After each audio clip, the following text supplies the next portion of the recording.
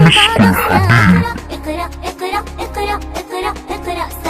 قال رسول الله صلى الله عليه وسلم: من عاد مريضا أو زال أخا له في الله ناداه مناد أن تبت وطاب منشاك وتبوأت من الجنة منزلا.